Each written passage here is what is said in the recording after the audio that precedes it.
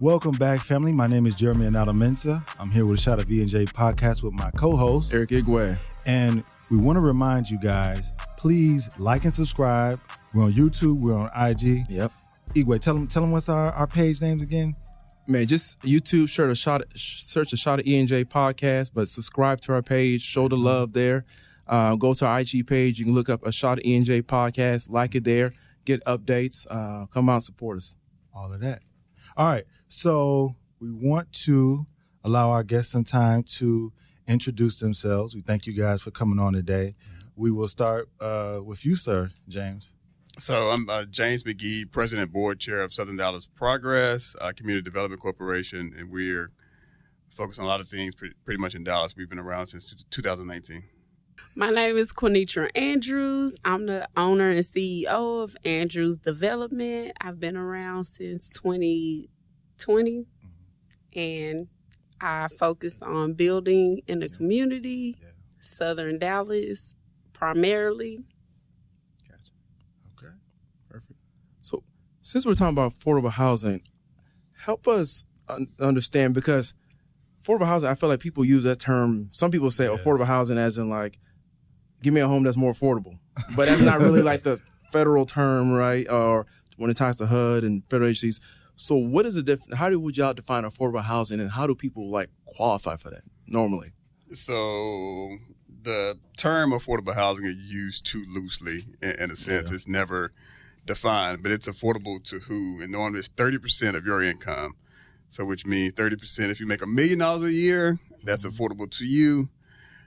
30% if you make $40,000 a year, as far as affordable. As far as the government definition of through some of the HUD guidelines, you know, it's 80% of the area median income, and those are kind of determined by the HUD data. And so from different counties or even different parts of the country, those numbers would be different. Okay. But it's primarily low income. The people, is it more on low income? Is it just strictly on income, low income? So it's 30% of your income. Okay. Not necessarily low income. Okay. So that's why I say it's used too loosely in a sense, because it's, like I said, the $1 million a year, 30%, that's affordable to that person. Gotcha. But I know, but some of those affordable homes or that you can get through HUD is usually more catered towards. Yeah, so if you're getting some of the homes or some of the apartments through like HUD, they do have certain targets. I mean, so certain targets would start at 80% of the area median income, 60% of the area median income, and they actually go down to 40% of the area median income. I mean, so that's more of from low income census tracts, and that's, you know, low income is more of, like I mentioned, the 60% of the area median income to moderate, and moderate is going to be more around the 80% of the area median income. Gotcha. But it's still income in which people are claiming. Claiming. TCU here in Fort Worth could be a low income census tract because students don't really claim that much income. Right. Gotcha. They don't include their parents' Gotcha. income. So if an area has like average median income is $60K, and it's qualified for 40%, that's like what, 24,000. So if you're around 24,000, then you qualify for quote unquote affordable housing. But if you're over 24,000, then you don't qualify for those special affordable housing restrictions or guidelines through federal government. Okay. And just so everyone knows, HUD is Housing and Urban Development, right? Through the federal government. Yeah. So they determine a lot of the laws and I won't say laws, but the regulations as far as affordable housing are concerned. Queen, what would you say if you just had to summarize affordable housing real quick? I would summarize it 80% to 40% AMI. And basically, I think I looked at the new regulations. You can't make over $87,000. I wouldn't consider that as low income for one person. Is that, and that was for Dallas? That's for DFW. Right. Okay. So I wouldn't say that a person making $80,000 is low income. A lot of people think that you have to make nothing to qualify for these programs, and that's not the case. Right. Okay. I really feel like you can do, it just depends on the household also plays a big factor too. Okay. Gotcha. And by that, you saying like the size of the household? Or, Yes, the size of the you're able to make a little bit more if you have children, of course. So a woman making or a male making $87,000 and they have 2 kids, you will qualify as affordable. Affordable. That makes sense. Okay, makes sense. Gotcha. So kind of leads us into our next question. How can people access resources with regard to affordable housing? Who should they be going to sort of figure out, whether or not they qualify, all that kind of stuff? HUD, the city of Dallas has a lot of, I speak on the city of Dallas because I live in, and I'm a developer in the city of Dallas. So a lot of the times they have programs, even Chase has a program that a lot of people get the misrepresentation. A lot of people misunderstand and don't realize that they can qualify for affordable housing. And there's a lot of down payment assistance programs that you can access. Chase, if you're buying in the southern areas, you can get $5,000. It's not based on income. You have a lot of programs out here that we're not knowledgeable about it. You just don't know. We don't have access to a lot. It's research, basically. I like what she said. Yeah. I mean, the city, whichever city you live in, like they have down payment assistance program. The lenders have down payment assistance, program. There are, apartment builders that consistently build, apartment complex. There are actually builders that build, some affordable units. So it's out there. You got to do a little bit of research and stay particularly constant at it. But it's out there and available. Yeah. Okay. So tell us about community development block grants. I don't think people understand, in certain spaces you hear, it can make it, through federal and stuff, you can get those what they call community development block grants. It can greatly improve and allow opportunities for development and underserved areas. Tell them more about what community development block grants are and how can it drive affordable housing development. So, community development block grants, CBD, it's CDBG. It's money that each municipality or sometimes each county receives from HUD. So in a sense of distributing that to developers that are actually building stuff, that could, if you don't have, let's say, enough money for infrastructure or there's a gap as for the cost to build and what you can sell them for, or even sometimes what you can rent for, that money is used as for us to make the difference. Although there are tons of paperwork and reporting I bet. that's required, with that. But from just a development standpoint, we don't have enough people of color taking advantage of those programs because normally those of developments are in our community. They're not in non-minority community. They're in our community. So we need more minority developers. We need more minorities to take advantage of that. If you don't know how to do the paperwork, just find somebody to do it. Exactly. Going through the process of affordable housing in the city of Dallas was extremely hard for me, especially being a new developer, semi-new, because I've been in business for 2 years. But it's just a lot of paperwork that you just don't understand the verbiage of it. But it's so great. It's a lot of opportunity out here to really build up the community and provide affordable housing out here for our communities. And a lot of the times you have an easier time when you driving. I drive a lot of my properties. I go by, I check on them. I try to make friends with the neighbors and let them know, hey, this is my property. I'm going to be building. And a lot of the neighbors feel comfortable with me being a Black woman because they know, hey, I'm from the same community you are in. I built maybe 4 houses in South Dallas, and I'm currently building 2 more under construction. And when I'm passing by the neighbors, I'm like, hey, I'm the builder. And they're impressed. A lot of the times they're watching out for me. They call me anytime anything's going on because they realize, oh, this is a woman a black woman. Yeah. She's from the neighborhood. And so I get a lot of leeway, you know, but when I first start developing, sometimes if I don't introduce myself, hey, I'm building in this area, call me, and I'm not friendly with them, they think that they think that a black person is not building. Oh, this white person is building in the area. So they calling code compliance and stuff like that, you know. And that happened to me on one of my properties in East Dallas.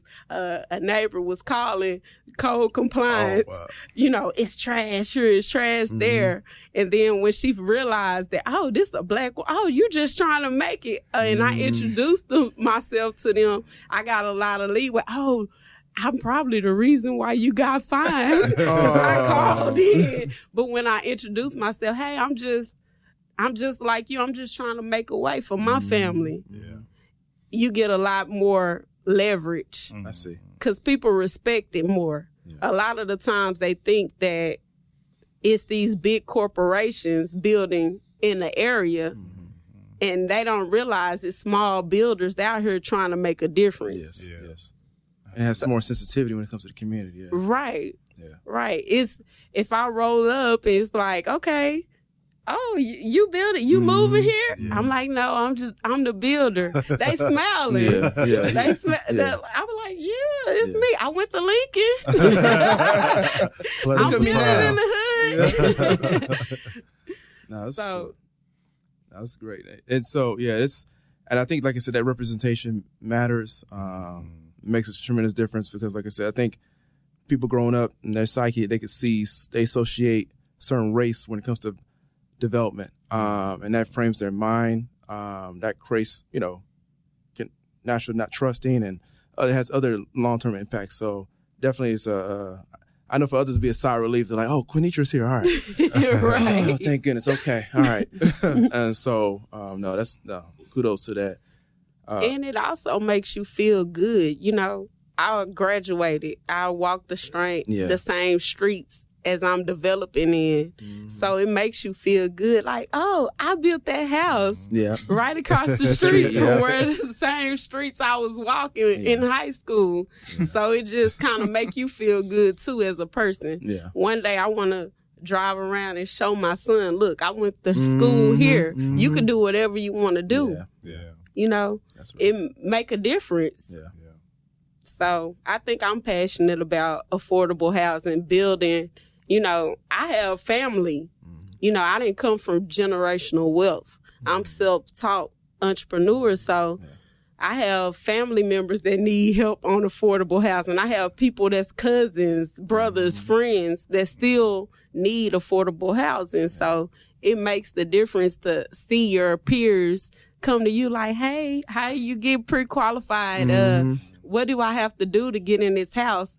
I don't have a lot of money down. And then when you educating yourself, you know, you can tell them about these down payment assistance programs and the city's giving grants if you meet a certain criteria. You don't have to make almost nothing. You can make money and still qualify.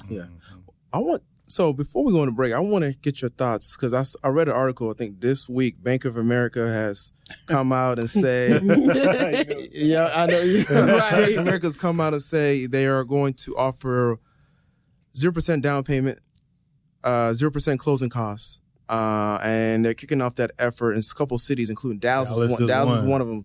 And so I noticed maybe I'm curious to get your initial feedback on that impact.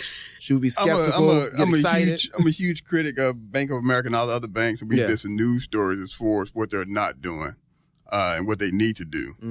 I'm not going to discredit them for something they did do. There's been a lot of Facebook conversation with so-called experts in this space. The bottom line is that Bank of America has not put out a product sheet yet.